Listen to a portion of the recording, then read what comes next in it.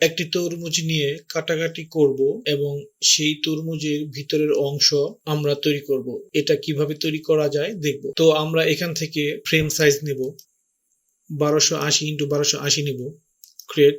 আমরা এটার ব্যাকগ্রাউন্ড কালারটা ব্ল্যাক করে দেব। এই যে এখানে উপরে লাল নিচে ব্ল্যাক। আমরা যদি কিবোর্ড থেকে কন্ট্রোল ব্যাক স্পেস দেই তাহলে আমাদের ব্যাকগ্রাউন্ডটি কালো হবে, আর যদি অল্টার ব্যাক স্পেস দিতাম তাহলে উপরের কালারটি লাল কালারটি হতো। তো আমরা এখন প্রথমেই একটি তরমুজের ছবি নিয়ে আসব। আমরা তরমুজের এই কাজটি করার জন্য ছবি সরাসরি ফাইল থেকে নিয়ে আসব, কিন্তু ভুল করেও আমরা ছবি সাইড থেকে এভাবে টেনে টুনে ছবি নিয়ে আসবো না। আমরা ফটোশপ থেকে ফাইলে যাব, ফাইলে যে ওপেনে যাব, ওপেনে যে এখান থেকে আমরা এই তরমুজের ছবিটি ওপেন করে নেব। এভাবে নিলে আমাদের ছবিটির কাজ হবে, তা না হলে টেনে যদি নিয়ে আসি তাহলে আমাদের এই ছবিটির কাজ হবে না। এখন আমাদের এখানে নিচে কোনো ব্যাকগ্রাউন্ড নেই, একটি ব্যাকগ্রাউন্ড তৈরি করে নেব। আমরা কিবোর্ড থেকে কন্ট্রোল চেপে একটি নতুন লেয়ার তৈরি করে নেব। কিবোর্ড থেকে কন্ট্রোল ব্যাক স্পেস, তাহলে আমাদের এই যে বাম পাশের যে কালো কালার এটা ব্যাকগ্রাউন্ড হিসেবে চলে এসেছে। এখন তরমুজটিকে একটু ছোট করে নেব কন্ট্রোল টি কিবোর্ড থেকে। এখন আমরা চলে যাব পেন টুলে। আমরা তরমুজটি কেটে নেব। আমরা সুন্দর করে গোল করে তরমুজটি কেটে নেব।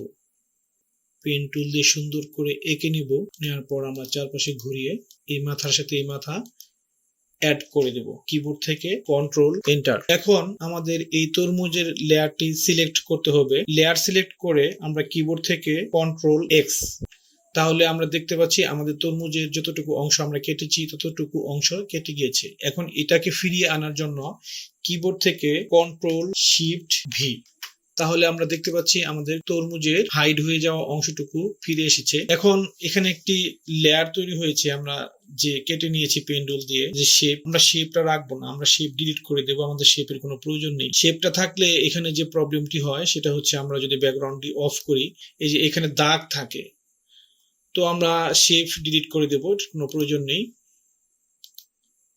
তো সেম একইভাবে আমরা পেন টুল দিয়ে আবার তরমুজটিকে কেটে নেব।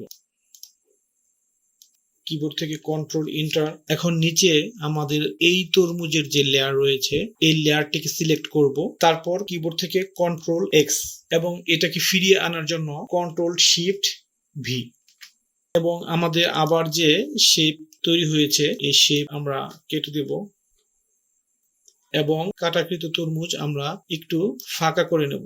এখন এই তরমুজের ভিতরের লাল অংশটুকু আমরা এখানে পাচ্ছি না, আমাদের এই লাল অংশটুকু তৈরি করে নিতে হবে। আমরা গুগলে যে আমরা সার্চ করে বের করব। এখানে আমি লিখেছিলাম ওয়াটারমেলন সার্কেল পিএনজি, তো আমি এটা নেব। এখান থেকে আমি কপি ইমেজ করে ফটোশপে এসে আমি কন্ট্রোল ভি দিয়ে পেস্ট করে নেব। এটাকে একটু ছোট করে নেব। আমাদের এখানে এই ব্যাকগ্রাউন্ডটিকে আমরা এক ক্লিকে রিমুভ করব। এখান থেকে ম্যাজিক ইরেজার টুলে যাব, যে এখানে একটি ক্লিক করব।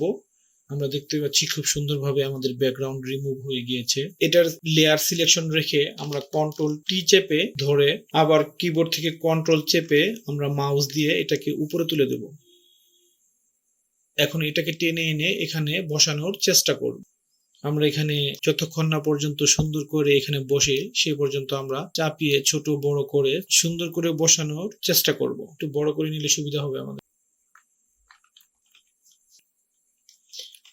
আমরা এখানে বাড়তি অংশটুকু আমাদের এখানে বোঝা যাচ্ছে, তো এর জন্য আমি এই নিচের তরমুজের লেয়ারটিকে মাস্ক করব। এখানে কালার উপরে কালো এবং নিচে সাদা রেখে আমি এখান থেকে ব্রাশ নিব। অপাসিটি ফ্লো 100 থাকতে হবে। আমি এখান থেকে এটাকে মিশিয়ে দেব, সুন্দর করে মিশিয়ে দেব। এই কাটা অংশটিকে আমি একটি কপি করে নেব। কিবোর্ড থেকে কন্ট্রোল জে, কন্ট্রোল চেপে ধরে এটাকে একটু তুলে দেব, শিফট চেপে একটু নামিয়ে দেব। এখন তরমুজের কাটার এই নিচের অংশটির লেয়ার সিলেক্ট করে আমরা এখানে মাস্ক করব। করার পর সেম একইভাবে আমরা ব্রাশ টুল নিব, সেম আগের মতোই অপাসিটি ফ্লো 100 রেখে এখানে কালারের এখানে কালো রেখে এবং নিচে সাদা রেখে আমরা এখান থেকে ব্রাশ করে সুন্দর করে মিশিয়ে দেব। আমরা এখানে দেখতে পাচ্ছি একটি সম্পূর্ণ তরমুজকে ফটোশপে এনে 3 খণ্ড করে এবং ভিতরে কিভাবে তরমুজের লাল অংশ কাটা অংশ দেয়া যায় সেটা আমরা ফটোশপের মাধ্যমে খুব সুন্দরভাবে দেখে নিলাম।